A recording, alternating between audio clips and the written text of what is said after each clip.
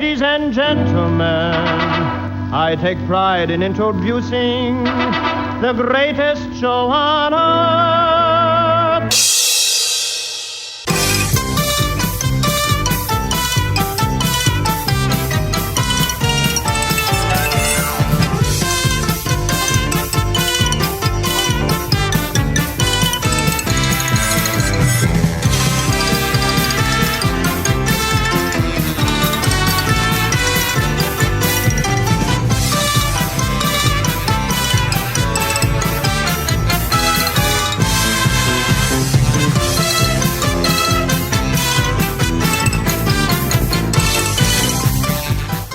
Welcome to the Uncle Floyd podcast. My name is Scott Gordon. Uncle Floyd Vivino and I join up for this podcast to discuss our time with the Uncle Floyd Show, music, theater, nightclubs, carnivals, circus, amusement parks, burlesque, and all things showbiz from our combined industry experience of over 120 years through the past 7 decades. We also answer questions that are emailed to ufpodcast@sge-inc.com. You will find that address and a link to support this podcast in the episode description. Join Uncle Floyd and me, Scott Gordon, now for this episode of the Uncle Floyd Podcast. And now we got the Uncle Floyd Podcast number 37. We're on the air, Floyd. Say hi to the folks. Good evening, wherever you are, and welcome to Uncle Floyd Podcast. And we got some questions from our good friend Susie Tannenbaum. She wants to know, how many studios did you record the Uncle Floyd Show in over the years? Would say it was probably 8 or 9. At least. I don't think I did either. She would like to know, which studio did we like the best and why? Did you have a preference? No. Every one of them had their own thing that was going for them. The crew, basically the technicians, the people were the best. I think we had the best crews in the business. This is from Richard Juretsky. He's got a couple of questions. He says, I was a subscriber to the Uncle Floyd Show Gazette. How long was it published, and what was the circulation? The circulation was about 3,000. And I remember we did it in 2 segments. It was done for a few years, and then we stopped, and then we went back to it again. Right. I used to do the address labels on my computer at home and give them to you, and you would mail out the gazettes. You wrote the Gazette yourself, and a lot of people don't know that. Everything in that Gazette was written by you. Even the so-called comedy pieces. He also wants to know, how did you find Clark, the Wonder Dog?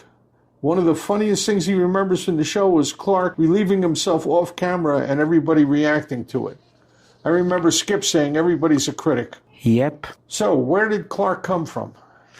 A dog pound. He was rescued by Lisa, my wife at the time, who was an animal lover. He was a great dog. I've had several dogs over my lifetime, and he's one of the best dogs that I ever knew.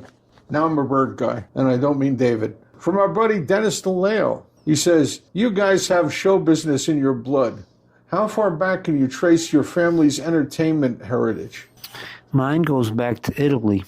How far back do you know? 1880s. As far as I know, the only person in my lineage who was anywhere near show business was my mother's sister, who played piano. She was a concert quality pianist. And she also painted very well. Extremely good artist.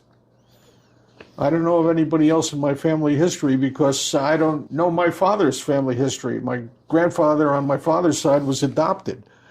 And I don't know anybody previous to my grandfather on that side. This is from Luke Johnson.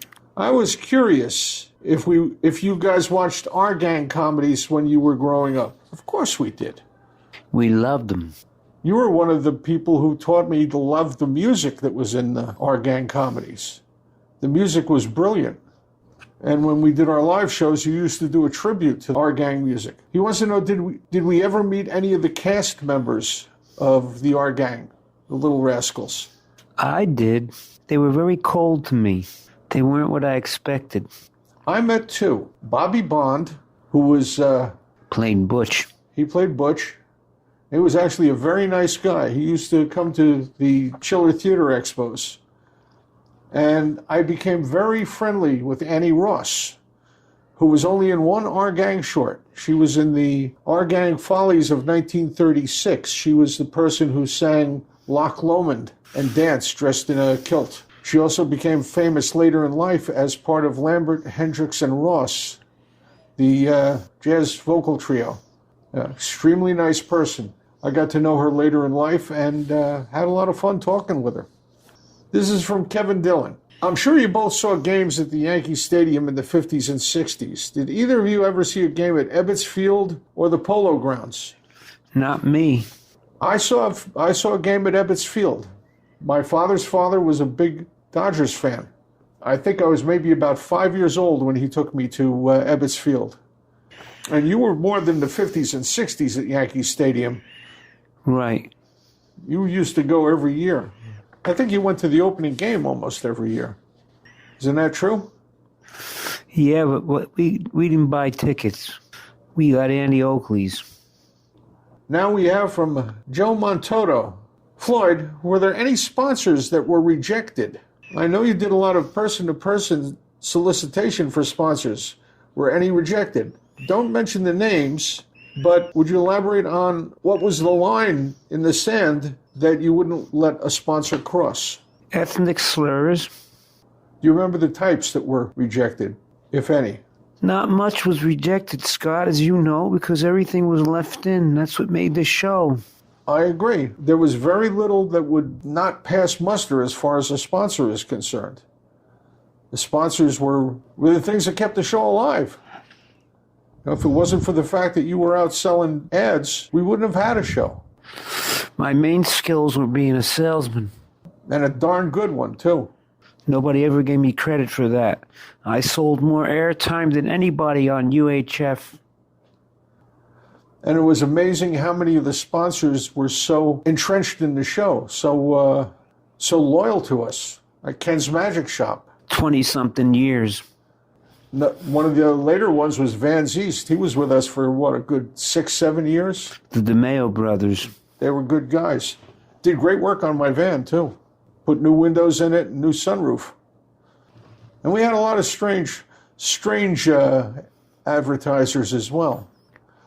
We had one pet store that sold eagle food. Richard Joe's Tropical Fish Emporium. He had these two big Irish wolfhounds that he used to bring down to the station. And at the time, we were in 416 Eagle Rock, the tiny little building. And those dogs would take up half the studio. And one of the most interesting sponsors we ever had was Zip's Ice Cream Parlor, the place where the ice cream didn't melt. No mess, Ma. We did a personal appearance, I think it was the Ridgewood Zips, where I got an ice cream and I put it on the radiator in the back of the room, and we signed a bunch of autographs. I turned around and looked at it, and it hadn't melted. It was still in the same shape. And this was the middle of winter, and they had the heat on. Okay, Scott. Well, that kind of brings us to the end of another podcast. This was The Uncle Floyd Show, is on every Tuesday night at 8, which runs clips of the shows. You can access that at theunclefloydshow.tv. That's theunclefloydshow.tv. And if you'd like to add a question to us here on the podcast, that's simple too. Just email it to ufpodcast@sge-inc.com.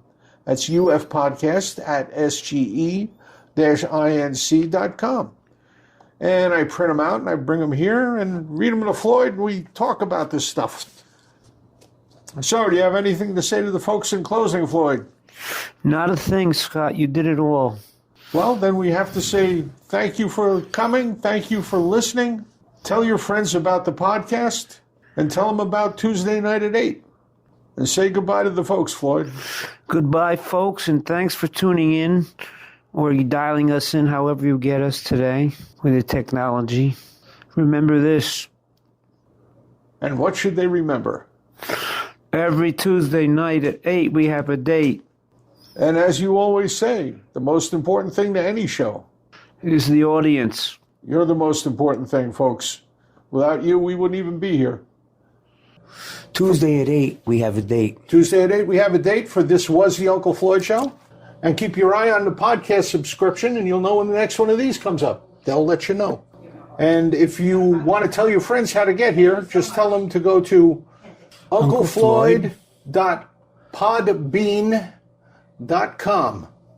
That's PODBEAN.com.